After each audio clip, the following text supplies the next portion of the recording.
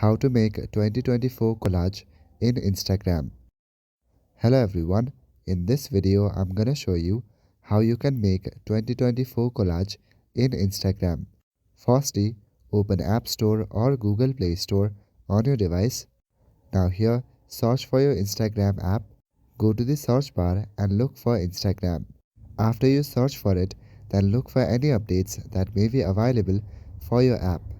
If you see an update option available, then click on the update option to update your app.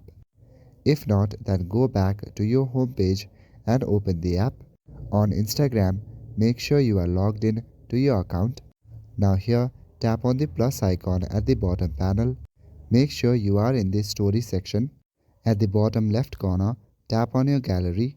Now your gallery photos will pop up. At the very top panel, click on 2024 collage.